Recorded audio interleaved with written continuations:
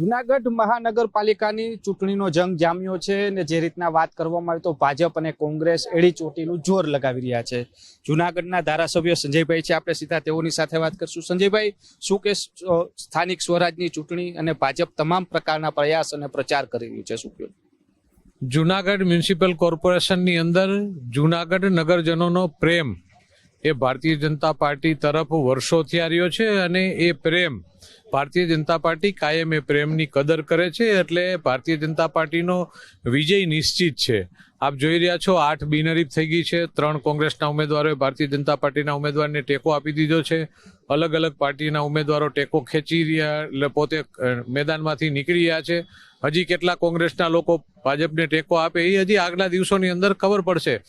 એટલે કોંગ્રેસ મેદાનમાં જ નથી અને આપે બધાએ જોયું છે કે 8-10 દિવસ પહેલા જ્યારે એમની ટિકિટનું વિતરણ ચાલતું હતું એના કાર્યાલય ઉપર કોંગ્રેસના કાર્યકરો ગાળાગાળી કરે, મારામારી કરે, એ પરિસ્થિતિ ચાલુ હોય છે।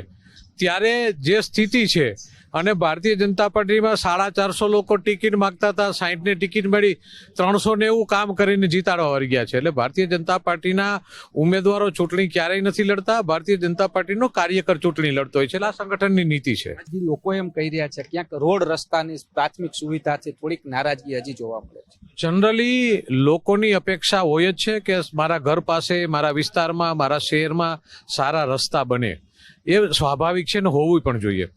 જે રીતે કામ ચાલી રહ્યું છે જૂનાગઢ મહાનગરમાં 3 પ્રકારનું ભૂગર્ભની અંદર કામ ચાલી રહ્યું છે। અંદરના ભાગમાં ભૂગર્ભ ગટર છે, અંદર થાય, પાણીની પાઇપલાઇનનું કામ ચાલે છે, ટોરેન્ટ ગેસનું પાઇપ ચાલે છે। આ બધી 3 એજન્સીઓ રોડ તોડીને જમીનની અંદર એમનું કામ ચાલતું હોય છે। આ 3 એજન્સીઓ અલગ હોય છે, 3ના કોન્ટ્રાક્ટર અલગ હોય છે, 3ની ગ્રાન્ટ પણ અલગ અલગ પદ્ધતિ આવતી હોય છે। તો એ કામ એક પછી એક થતા હોય છે અને ક્યારેક એ કામની અંદર લેટ પણ થતું હોય છે, સ્વાભાવિક છે। 3 એજન્સીઓ કામ કરતી હોય એટલે પદ્ધતિ તેની હોય છે, તો એમાં લેટ પણ થતું હોય છે। લોકોની તકલીફ સાચી છે, લોકોની વાત પણ સાચી છે, પણ એક પદ્ધતિને હિસાબે જે પદ્ધતિથી કામ થતું હોય છે અને લોકો સ્વીકારે પણ છે કે આ કામ થાય છે એટલે છે, અને લોકો ખૂબ ખીજાય પણ છે ને પ્રેમ પણ કરે છે ભારતીય જનતા પાર્ટીને। એટલે કદાચ અમને કહેશે અને એનો હક છે કે છે, એમાં અમે ના નથી પાડતા। ગઢ તો સચવાઈ ગયો છે, કારણ કે 33% તો પૂરું થઈ ગયું છે અને બીજું 33% હજી ચૂંટણીનું મતદાન થશે ત્યાં પૂરું થશે। એટલે અમારે કરવાનું તો કંઈ બહુ છે જ નહીં, લોકો કરી દેશે। એટલે લોકોનો પ્રેમ છે, આ ભારતીય જનતા પાર્ટીનો ગઢ છે ને ભારતીય જનતા પાર્ટીનો ગઢ રહેવાનો જ છે। સંજયભાઈ, જે રીતના વાત કરવાનું છે, ભારતીય જનતા પાર્ટીનો ગઢ છે ને ફરીથી જૂનાગઢ મહાનગરપાલિકામાં ભાજપનું શાસન આવશે તેવું કહી રહ્યા છે। કેમેરા પર્સન કિશોર વાડોલિયા સાથે રહીમ લાખાણી, ગુજરાત ફર્સ્ટ, જૂનાગઢ।